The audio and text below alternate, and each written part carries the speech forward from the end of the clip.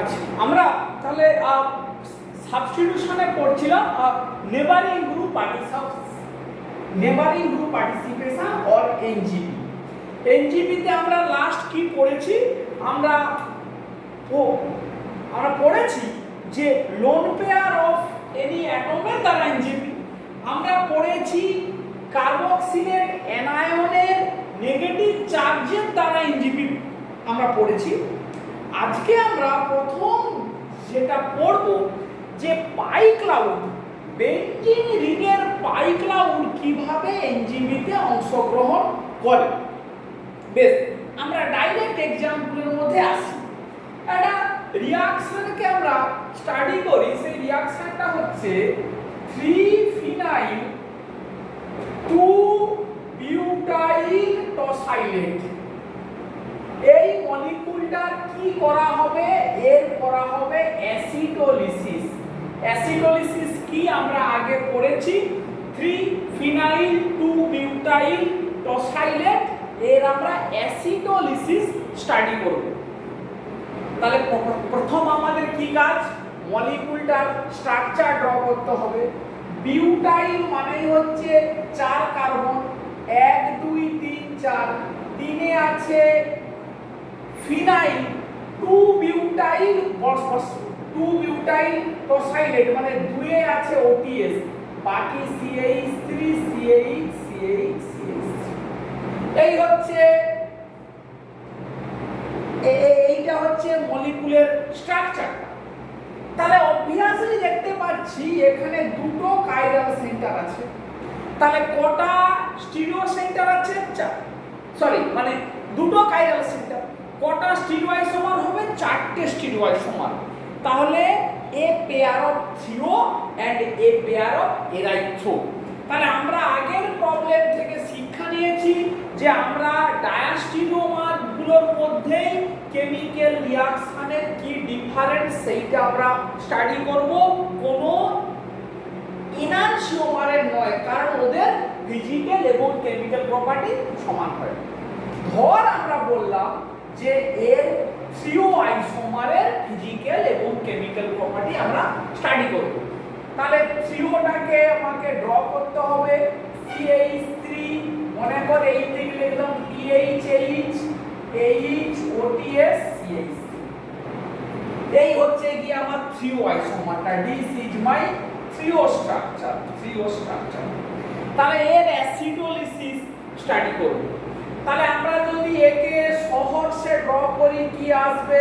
এই CH3 এই H এই OTS, এক্লিপস আঁকতে হবে এই CH3 PHH। এই আমার এক্লিপস সহর্ষটা ড্র হলো। এরপরে এখান থেকে কি ড্র করব? অ্যান্টি কনফর্মার। এই OTSটা এখানে এলে মিথাইল, এখানে H, এখানে কাকে ড্র করব? ফিনাইলকে। এবং এইভাবে পুরোটাকে ড্র করে এই ফিনাইলটাকে এখানে নিয়ে গেলে H এখানে, মিথাইল এখানে। এইভাবে আমরা অ্যান্টি কনফর্মারটা ড্র করব। এটা সমান এটা, এটা সমান এটা। এবারে কি হবে? বেঞ্জিন রিংয়ের পাই ক্লাউড অ্যাসিটোলিসিসে অংশগ্রহণ, মানে it will act as NJP. আমি ওইখানে যাওয়ার আগে এখানে দেখাই কিরকম করে এনজিপিটা করবে। এই মনে করা আছে এই কার্বন এইখানে লিভিং গ্রুপটা আছে। তাহলে এ বেরিয়ে যাবে। এই যে পাই বন্ডটা, যে কোনো একটা পাই বন্ডকে ভেঙেই আমি এনজিপিটা দেখাবো। ঠান্ডা মাথা দেখ, যে কোনো একটা পাই বন্ডকে ভেঙে এনজিপিটা দেখাবো। তার মানে যদি এরকম করে দেখাই, একটা পাই বন্ডকে যদি আমি ব্রেক করাই, এইখানে প্লাস চার্জ, এইখানে মাইনাস চার্জ, এই এল, এই নেগেটিভ চার্জটা অ্যাটাক করবে এল গ্রুপে।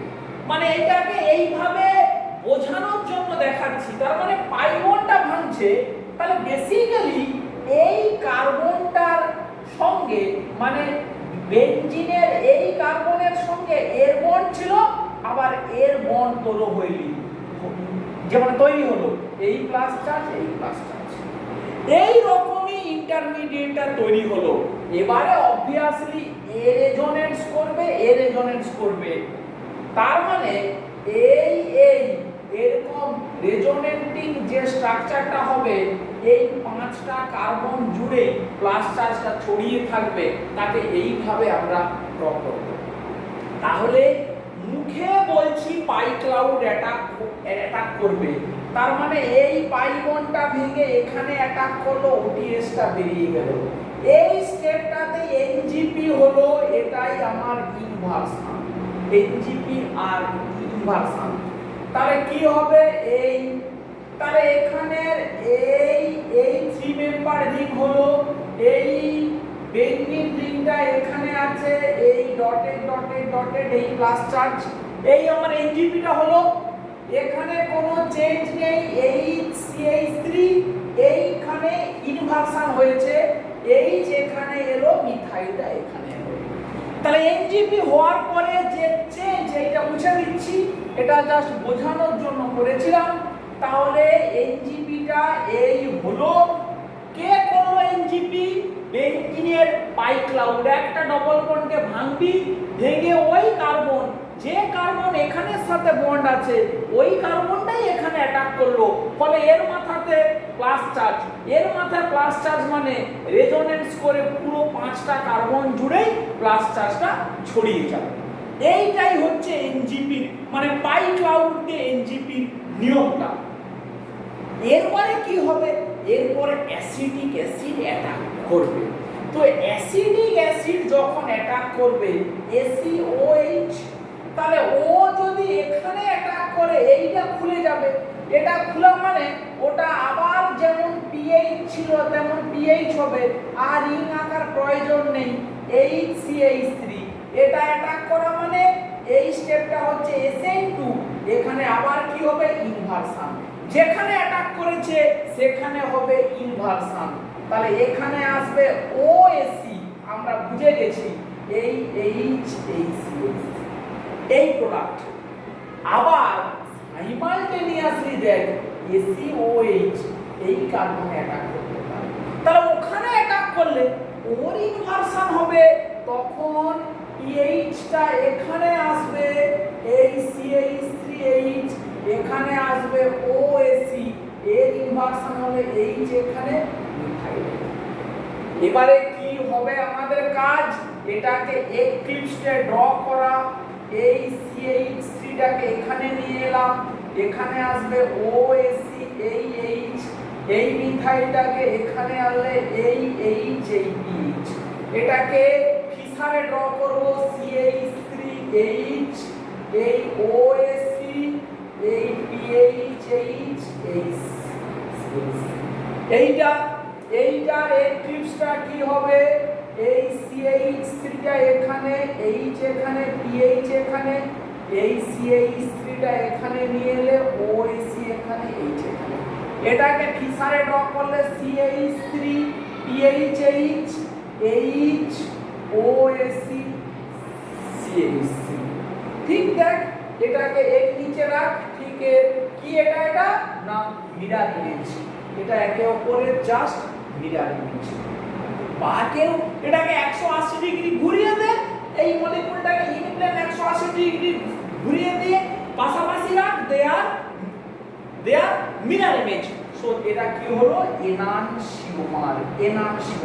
এটাকে নিচে রাখলে মিরর ইমেজ, 180 ডিগ্রি ইনপ্লেন ঘুরিয়ে পাশে রাখলেও মিরর ইমেজ, তাহলে কি দাঁড়ালো, এনানসিওমার। এবারে নিজেরাই টেস্ট করতে পারবি যে সেই একই কথা স্টিরিওকেমিস্ট্রিতে তোকে মাস্টার মাইন্ড হতে হবে, তোর ঠিক হলো কিনা। থ্রিও আইসোমার ছিল, দেখ এটাও একটা থ্রিও আইসোমারই এসছে, যেখানে ওটিএস ছিল সেখানেই ওএসিটা এসছে। ডবল ইনভার্সন হলে আলটিমেটলি কি হয়, রিটেনশন, থ্রিও থেকে থ্রিও থেকে থ্রিও এসছে। তার মানে এটাই প্রুফ হয়ে গেল যে হ্যাঁ এখানে আমার যা কাজ করেছে ঠিক আছে। এইটা যদি বুঝতে পারিস, তোদের কি কাজ থাকবে বাড়িতে, তোরা এই সেম প্রবলেমটাকে নিউম্যানে ড্র করবি। তোরা একটা এরাইথ্রো আইসোমার নিবি, নিয়ে করে দেখবি কি হয়। একটা তোরা এরাইথ্রো আইসোমারকে নিয়ে সহজ এবং নিউম্যান দুটোতেই প্র্যাকটিস করবি, করে দেখবি সেখানে কি হয়।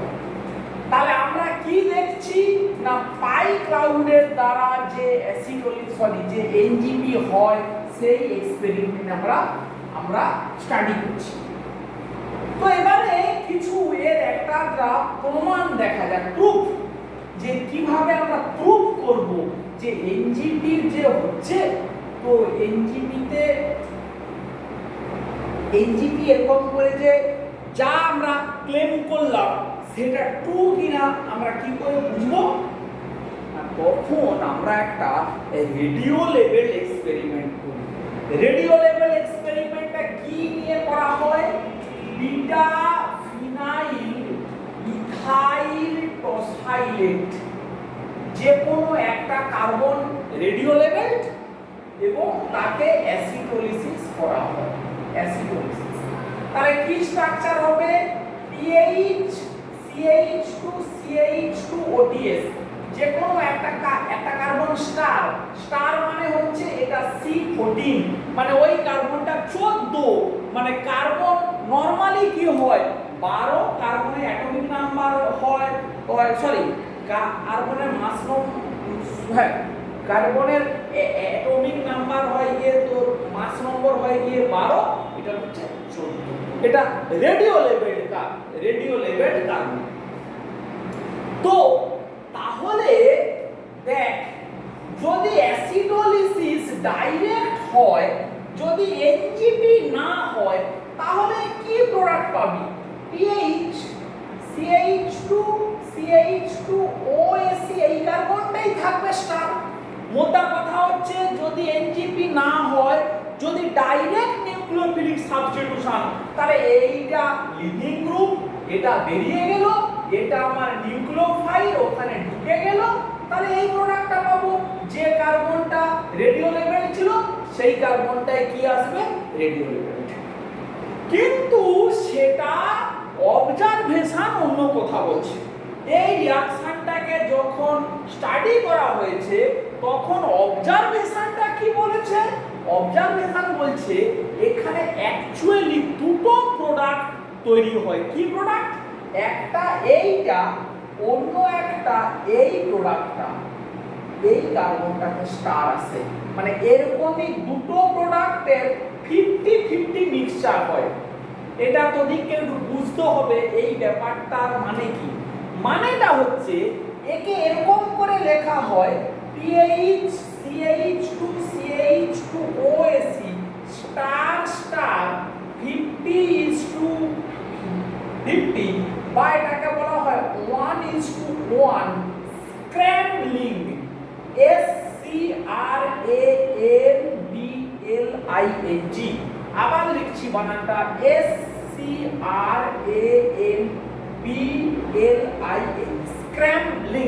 স্ক্র্যাম্বলিং মানে হচ্ছে ছড়িয়ে পড়া। এই দুটো কার্বনের মধ্যে রেডিও লেভেলিংটা ছড়িয়ে পড়লো কত রেশিওতে? 1:1। তার মানেটা কি?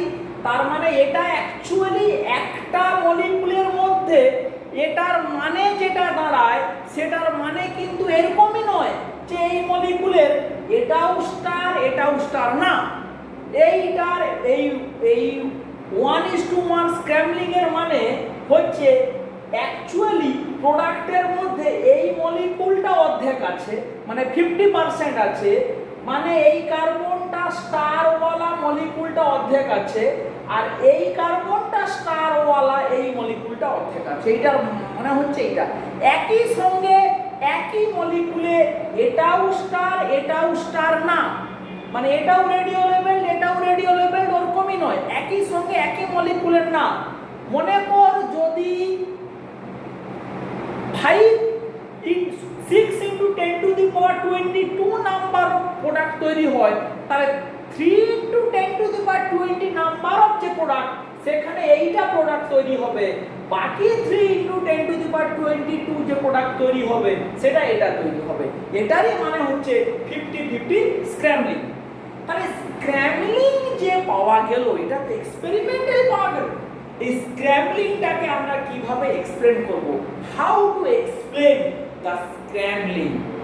তখন দেখ রিঅ্যাকশনের মেকানিজমটা এরকমই ভাবে বলল যে নিশ্চয়ই পাই ক্লাউডই এইভাবে নিশ্চয়ই এনজিপি করে, না হলে সম্ভব নয়। দেখ এইটা স্টার, এই পাই ক্লাউড এনজিপি করলো, ওটিএসটা বেরিয়ে গেল।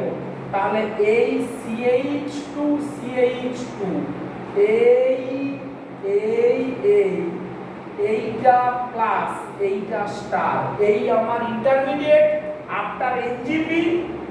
এবারে দেখ ACOH এখানে অ্যাটাক করলে এইটা খুলে যাবে, তখন কি প্রোডাক্ট CH2 CH2 স্টার, এখানে PH এখানে OAC, আর ACOH যদি এখানে অ্যাটাক করে এই দিকটা খুলে যাবে, তখন কি পাবি PH CH2 CH2 এইটা স্টার OAC। দেখ দুটো ডিফারেন্ট প্রোডাক্ট 50-50 মিক্সচার পাওয়া যাবে, কারণ এই অ্যাটাকটা ইকুয়াল পসিবিলিটিতে হবে। হলেই দেখ যেটা পাওয়া গেল সেটা ম্যাচ করলো, মানে এক্সপেরিমেন্টাল অবজারভেশনও তাই বলছে। এখানে এই রেডিও লেভেলিংটা কি হবে না 50-50 স্ক্র্যাম্বলিং হবে, 50-50 স্ক্র্যাম্বলিং। বেশ, তাহলে এইটা আমরা কি করছি না পাই ক্লাউড দিয়ে যে এনজিপি হয় সেটা আমরা করছি। এবারে কিছু তত্ত্ব কথা একটু বুঝতেও হবে, একটু কঠিন। সেটা কি সেই তত্ত্ব কথা না, দেখ এই রিঅ্যাকশনটাকে আমরা যদি এইভাবে বলি CH3 CHAr CHOTS CH3, আমার মলিকুলের স্ট্রাকচারটা এই। PH মানে হচ্ছে সাবস্টিট, মানে গেদার বেঞ্জিন। আর what is mean by AR মানে হচ্ছে substituted benzene.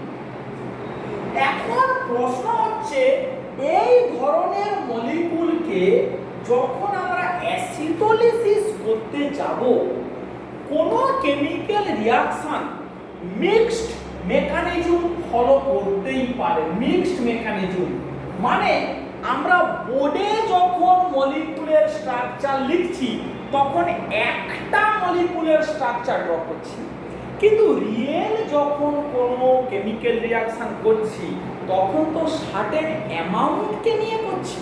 We are dealing with certain number of molecules, মানে সেটা অ্যাটলিস্ট অ্যাভোগাড্রো নাম্বারের মাল্টিপুল। কত মলিকুল 10 টু দি পাওয়ার 23, চিন্তা করতে পারছিস? তাহলে কত মলিকুলের সবাই যে এক মেকানিজম ফলো করবে তার কোনো গ্যারান্টি নেই। মিক্সড মেকানিজম হতে পারে এবং সেটা হয় মিক্সড মেকানিজম হয়। মিক্সড মেকানিজম মানে আমি মনে করি একে অ্যাসিডোলিসিস করলাম, এই মলিকুলটার বা এই কম্পাউন্ডগুলো যত রিঅ্যাকট্যান্ট আছে তার সার্টেন পার্সেন্টেজ ভায়া এনজিপি অ্যাসিডোলিসিস করলো, ভায়া এনজিপি, আবার সার্টেন পার্সেন্টেজ নন এনজিপি দিয়েও কিন্তু যেতে পারে। নন এনজিপি মানে ডাইরেক্ট এসএন2 অ্যাটাক করলো, ওটিএসটা আমার বেরিয়ে গেল। ডাইরেক্ট এসএন2 নন এনজিপি পাথওয়েতে, তাহলে দুটো মেকানিজমই পসিবল।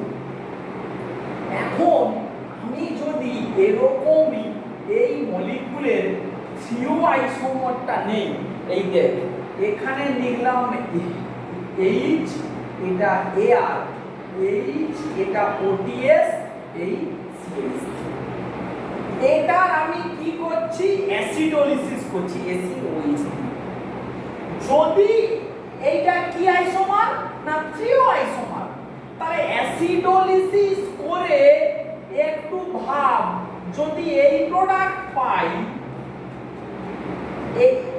HOAC, এটার প্লাস মাইনাস হতে পারে, কিন্তু থ্রিও থেকে কি পাবো থ্রিও থেকে থ্রিও, যদি থ্রিও থেকে থ্রিও প্রোডাক্ট পাই তখন আমি কিন্তু ক্লেম করব যে নিশ্চয়ই ওটা এনজিপি থ্রু দিয়ে গেছে।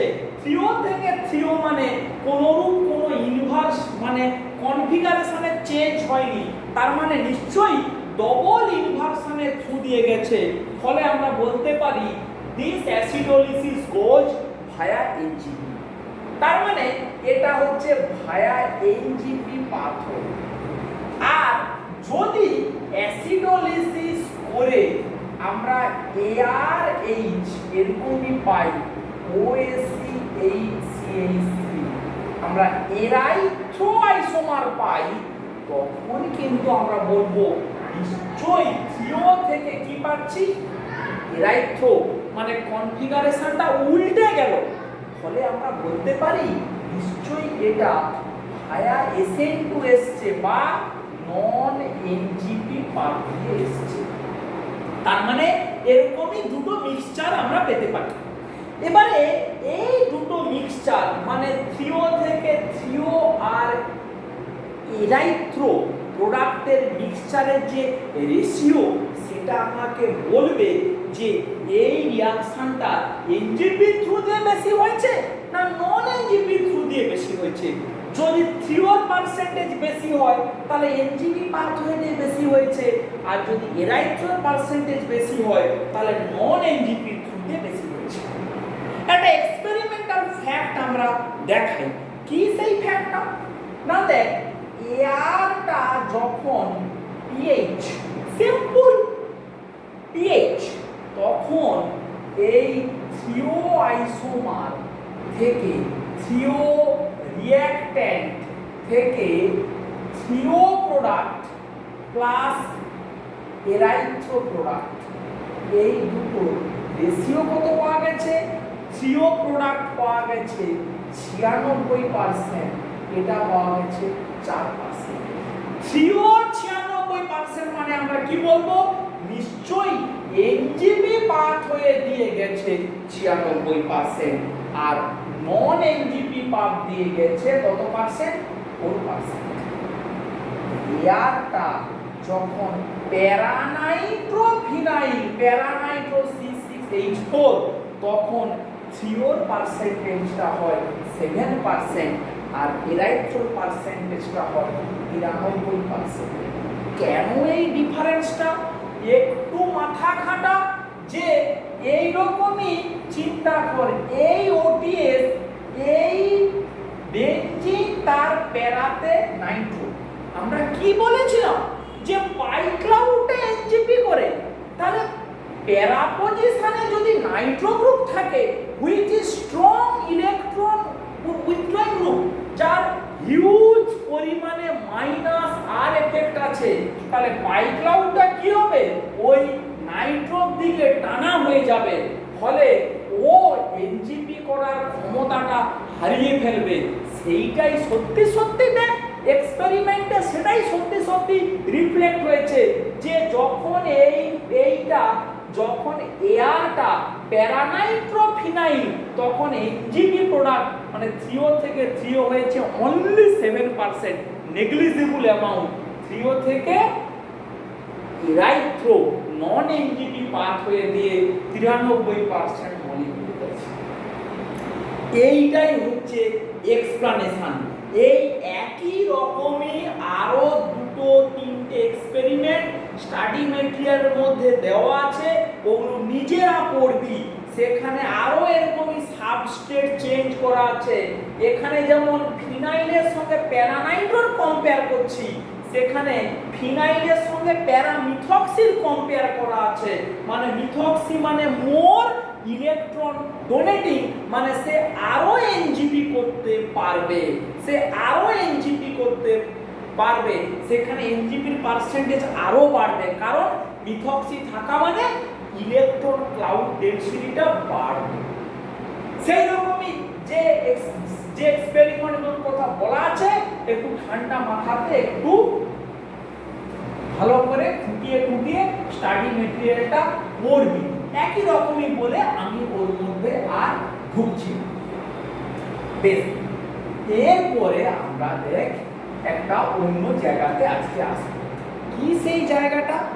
সেই জায়গাটা হচ্ছে আমরা যখন এনজিপিটা শুরু করি তখন একটা কথা আমরা বারবার করে বলতাম, কি সেই কথাটা না, NGP will take place, NGP will take place when system requires it, মানে সিস্টেমের প্রয়োজন হলেই এনজিপি হবে, মানে এনজিপি করে যদি রিঅ্যাকশনের রেট বাড়ে তবেই এনজিপি হবে।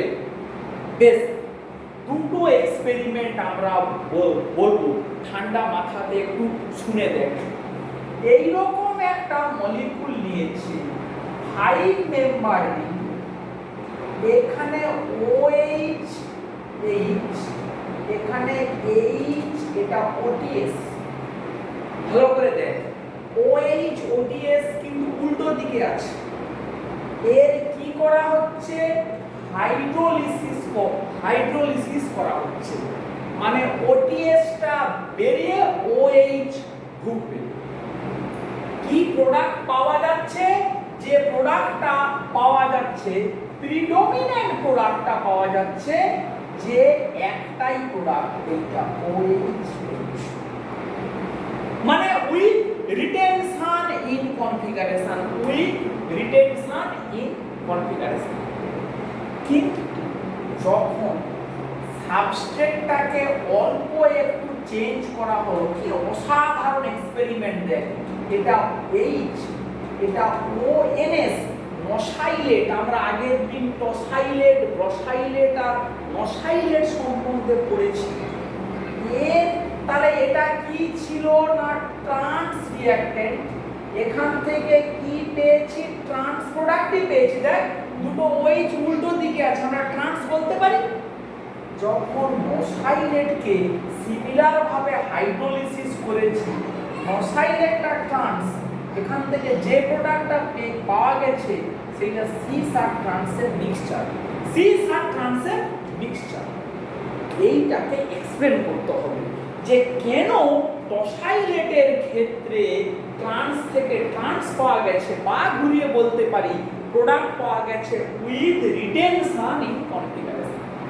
তখন ব্যাখ্যাটা কি হলো, ব্যাখ্যাটা এরকমই দিল যে OH টা ঠিক যেহেতু টসাইলেটের উল্টো দিকে আছে, অক্সিজেনের লোন পেয়ারটা প্রথমে অ্যাটাক করে OTS টা বের করে দেয়, মানে এই স্টেপে একটা এনজিপি হয়। এনজিপি হলে কি হবে, এই O, এই H, এই H, এটা OH প্লাস। তাহলে এরকম করে আমার প্রথম স্টেপে এনজিপি হলো, এইখানে হাইড্রোজেনটা উল্টে গেল, সেকেন্ড স্টেপে জল আবার অ্যাটাক করলো, এইটা খুলে গেল, আবার ইনভার্সন হলো, এখানে করলেও যা ওখানে করলেও তা একই ব্যাপার। তাহলে OH H, OH ছিল ট্রান্স, হয়ে গেল কি trans product, reaction goes via double inversion, so ultimately retention. তাহলে একটা এনজিপি হচ্ছে। কিন্তু নসাইলেট যখন, তখন এই এনজিপিটা হয় না। তার কি কারণ, তার কারণটা টসাইলেটের স্ট্রাকচারের সঙ্গে নসাইলেটের স্ট্রাকচার একটা পার্থক্য আছে। H O S double bond O S double bond O, এই প্যারামিথাইল, এটাই হচ্ছে টসাইলেট। কিন্তু নসাইলেটের স্ট্রাকচারটা হচ্ছে এরকমই। এইখানে যদি আমি এটাকে মুছে দিয়ে ড্র করি, O S double bond O S double bond O, প্যারানাইট্রো, এই প্যারানাইট্রো ও এত ভালো গুড লিভিং গ্রুপ, নসাইলেট এত ভালো গুড লিভিং গ্রুপ, ও নিমেষে মুহূর্তের মধ্যে বেরিয়ে যায়, মানে ও SN1 পথেই বেরিয়ে যায়, কারণ ও এক্সট্রিমলি গুড লিভিং গ্রুপ। তার কি কারণ না, নেগেটিভ চার্জটা হাইলি স্টেবিলিটি হবে, প্যারা পজিশনে স্ট্রং ইলেকট্রন উইথড্রয়িং গ্রুপ আছে, মানে O minus S double bond O S double bond O, এই বেঞ্জিন রিং তার প্যারা পজিশনে আছে নাইট্রো, ফলে নাইট্রোর স্ট্রং উইথড্রয়িং গ্রুপের এফেক্টের জন্য এই নেগেটিভ চার্জটা হাইলি স্টেবল, ফলে যেটা টসাইলেটের ক্ষেত্রে অতটা নয়, মানে টসাইলেটও গুড লিভিং গ্রুপ কিন্তু ওর তুলনায় এ এক্সট্রিমলি গুড লিভিং গ্রুপ, ফলে এ ভেঙে বেরিয়ে যায়। আর এ ভেঙে বেরোনোর আগেই OH ওখানে এনজিপি করে দেয়। মানে যেহেতু টসাইলেটের তুলনায় টসাইলেট একটু ব্যাড লিভিং গ্রুপ রিলেটিভলি, ফলে এর রিঅ্যাকশন রেটটা স্লো হবে, তাকে ফাস্ট করার জন্য এনজিপি হচ্ছে। ওই দেখ সিস্টেম রিকোয়ারস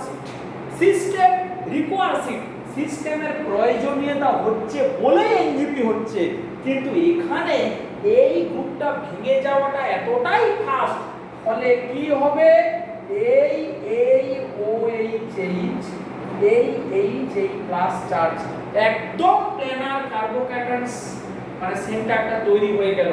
এখানে জল অ্যাটাক করলে কি হবে, cis plus trans OH cis plus ট্রান্সের মিক্সচার তৈরি হবে। সিস প্লাস ট্রান্স এটা প্ল্যানার, OH এ পাশ দিয়ে অ্যাটাক করতে পারে, তাহলে সিস প্লাস ট্রান্সের মিক্সচার তৈরি হবে। সেই জন্য এখানে এনজিপির প্রয়োজনীয়তা নেই, লিভিং গ্রুপটা এত ভালো সে অটোমেটিক্যালি ভেঙে বেরিয়ে যাচ্ছে। সেটাই প্রমাণ করলো যে এইখানে এই সেকেন্ড প্রবলেমে system do not requires NJP. এইটা একটা অসাধারণ এক্সপেরিমেন্ট। এর পরে একটা এক্সপেরিমেন্ট দেখ, সেটা আরো অসাধারণ এক্সপেরিমেন্ট। কি সেইটা দেখ, বলছে এইরকমই একটা মলিকুল যে 3-chloro-4-hexyl টসাইলেট 1 2 3 4 5 6 আর 2-chloro-4-hexyl টসাইলেট। এই মলিকুলের উপরে অ্যাসিডোলিসিস করা হলে একরকমই হবে। আর অ্যাসিডোলিসিস মানে CH3CO2H, আর অ্যাসিটিক অ্যাসিডের বদলে যদি CH3CO2H করা হয় তখন মানে বলছে অ্যাসিডোলিসিস করার সময় নো এনজিপি, কোনো এনজিপি হয় না। কিন্তু যখন ট্রাইফ্লুঅ্যাসিডিক অ্যাসিড দিয়ে সলভোলিসিস হচ্ছে করা, তখন রিঅ্যাকশনটা ম্যাক্সিমাম এনজিপি হয়ে যায়। তাহলে আগে আমরা মলিকুলের স্ট্রাকচারটা ড্র করি। CH3CH এইটা হবে গিয়ে OTS, CH2CH2CHCl, এই 1 2 3 4 5 6 সরি, তাহলে একটু বোধহয় নামটা লিখলাম ভুল, এটা হবে 5-hexyl টসাইলেট।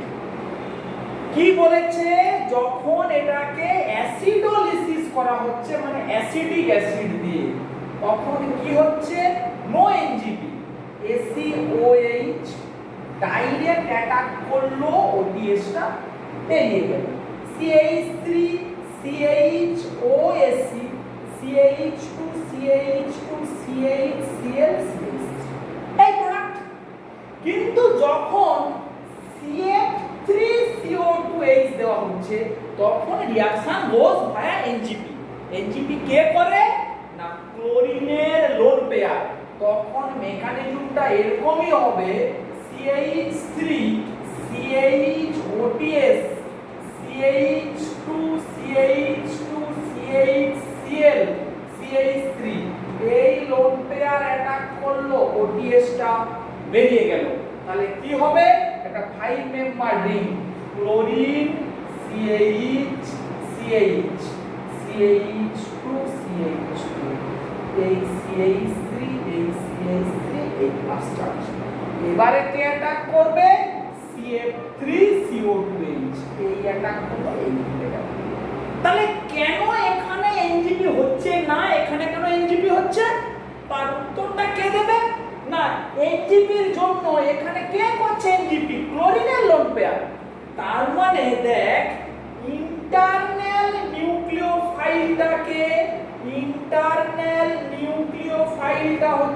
সোডিয়াম আর ক্লোরাইড, ক্লোরিনের লোন পেয়ার, আর সলভেন্ট যে অ্যাকচুয়ালি এক্সটার্নাল নিউক্লিওফাইল কি, প্রথম ক্ষেত্রে অ্যাসিডিক অ্যাসিড, সেকেন্ড ক্ষেত্রে CH3COOH। এখন যদি অ্যাসিডিক অ্যাসিড আর ট্রাইফ্লুরো অ্যাসিডিক অ্যাসিডের মধ্যে নিউক্লিওফিলিসিটি কম্পেয়ার করি, তাহলে অতি অবশ্যই আমরা বলবো acidic acid is more nucleophilic. Acidic অ্যাসিডের নিউক্লিওফিলিসিটি অনেক বেশি দেন ট্রাইফ্লুরো অ্যাসিডিক অ্যাসিড, কারণ তিনটে ফ্লোরিনের ইলেকট্রন উইথড্রয়িং এফেক্ট এর নিউক্লিওফিলিসিটিটাকে অনেক অনেক কম করে দেয়। শুধু তাই নয়, প্রথম রিঅ্যাকশনে যেখানে অ্যাসিডোলিসিস হচ্ছে সেখানে ক্লোরিনের নিউক্লিওফিলিসিটি থেকেও অ্যাসিডিক অ্যাসিডের নিউক্লিওফিলিসিটি বেশি। তার মানে যে এনজিপি করবে তার যদি নিউক্লিওফিলিসিটি বেশি না হয় তাহলে কিছু করার নেই, ডাইরেক্ট SN2 বিক্রিয়া। সেই জন্য সলভেন্ট ডাইরেক্ট অ্যাটাক করলো, প্রোডাক্ট পেয়ে গেলাম। Reaction goes via without NJP or direct SN2 because solvent nucleophilicity is very high. Solvent nucleophilicity is high than the internal nucleophile. Internal nucleophile এর থেকে solvent এর nucleophilicity বেশি। কিন্তু যখন আমরা সলভেন্টটাকে চেঞ্জ করে ট্রাইফ্লুরো অ্যাসিডিক অ্যাসিড করলাম, যার নিউক্লিওফিলিসিটি অত্যন্ত কম, ফলে সে রিঅ্যাকশন করতে পারছে না। তাহলে যদি এক্সটার্নাল নিউক্লিওফাইল রিঅ্যাকশন করতে না পারে, দেন সিস্টেম রিকোয়ার্স এনজিপি। তখনই ক্লোরিনের লোন পেয়ারটা এনজিপি করলো, তারপরে ট্রাইফ্লুরো অ্যাসিডিক অ্যাসিড অ্যাটাক করলো, প্রোডাক্ট পাইলাম। So the reaction goes via NJP. তাহলে কি হলো না, এখানে সিস্টেমের প্রয়োজনীয়তাটা পড়লো। সেকেন্ড কেসটার ক্ষেত্রে দেখ, যখন ট্রাইফ্লুরো অ্যাসিডিক অ্যাসিড সলভেন্টের নিউক্লিওফিলিসিটি কম বলেই সিস্টেম রিকোয়ার্স এনজিপি হওয়ার জন্যই এনজিপিটা হলো। তাহলে ওই কথাটা এস্টাবলিশড হলো, NGP will take place only when the system requires NGP. এই দুটো প্রুফ খুব সুন্দর। তাহলে আমরা মোটামুটি যা বললাম, যে দেখ আমরা আজকের ক্লাসটাকে এখানেই শেষ করছি। সামারি করলে কি দাঁড়ালো না, বেঞ্জিনের পাই ক্লাউড এনজিপি করতে পারে। পাই ক্লাউড এনজিপি করা মানে পাই ক্লাউডের পাই বন্ডটা ভেঙে এনজিপি হবে। যে কার্বনটা already attached with the ethyl system, সেই কার্বনটা দিয়েই এনজিপি হবে। বাকি পাঁচটা কার্বনের মধ্যে প্লাস চার্জটা ছড়িয়ে পড়বে। এনজিপি মানেই যা নিয়ম সেটাই, double inversion ultimately retention. Proof দিয়েছি কি না, radio labelling experiment. Beta phenyl ethyl টসাইলেটের অ্যাসিডোলিসিস করলে স্ক্র্যাম্বলিং হবে। রেডিও লেবেল ইথাইল একটা কার্বন থাকলে তার স্ক্র্যাম্বলিং হবে। স্ক্র্যাম্বলিং বলতে কি আমরা সেটা বুঝেছি। আর কি পড়েছি না, ওই ধরনের সিস্টেমের যদি মানে বেঞ্জিনে সাবস্টিটিউয়েন্ট থাকে, সাবস্টিটিউয়েন্টের উপরে ডিপেন্ড করবে রিঅ্যাকশন এনজিপি পার্ট ফলো করবে না নন এনজিপি পার্ট ফলো করবে, কোন পার্টটা মেজর কোন পার্টটা মাইনর সেটা ওই পাই ক্লাউডের ডেনসিটির উপরে ডিপেন্ড করবে। যেমন প্যারা পজিশনে নাইট্রো থাকলে পাই ক্লাউড ডেনসিটি কম, রিঅ্যাকশন ম্যাক্সিমামটাই নন এনজিপি বা ডাইরেক্ট SN2 দিয়ে যাবে। যদি প্যারা পজিশনে মিথক্সি থাকে, সে ম্যাক্সিমামটাই এনজিপি দিয়ে যাবে, কারণ পাই ক্লাউড ডেনসিটি খুবই বেশি। এইগুলো আমরা পড়েছি। আর কি পড়লাম একটা জিনিস, যেটা পড়লাম যে এনজিপি হবে, যেটা বারবার বলেছিলাম, if the system requires NJP. দুটো এক্সাম্পল দিয়েছি, একটা সাইক্লিক মলিকিউলের ক্ষেত্রে যেখানে কম্পারেটিভলি গুড এবং ব্যাড লিভিং গ্রুপ, নসাইলেটের তুলনায় দুর্বল লিভিং গ্রুপ, ফলে ওখানে এনজিপি হয়েছে। কিন্তু নসাইলেটের ক্ষেত্রে এনজিপি হয়নি, because nosylate is extremely good leaving group. অন্য একটা কি এক্সাম্পল বললাম, অ্যাসিডিক অ্যাসিড দিলে এনজিপি হয়নি, acidolysis, because acidic acid strong external nucleophile. কিন্তু যখন ট্রাইফ্লুরো অ্যাসিডিক অ্যাসিড দিচ্ছি তখন কিন্তু এনজিপি হচ্ছে। তখন কিন্তু এনজিপিটা হচ্ছে বিকজ ও দুর্বল nucleophile, so system requires NJP. ঠিক আছে, এই পর্যন্তই আমাদের থাকলো। এনজিপির আর অল্প একটু প্রবলেম বাকি আছে, তারপরে আমরা ইপক্সাইড পড়বো আর ইপক্সাইডে রিং ওপেনিং করবো। ঠিক আছে, পরের দিন।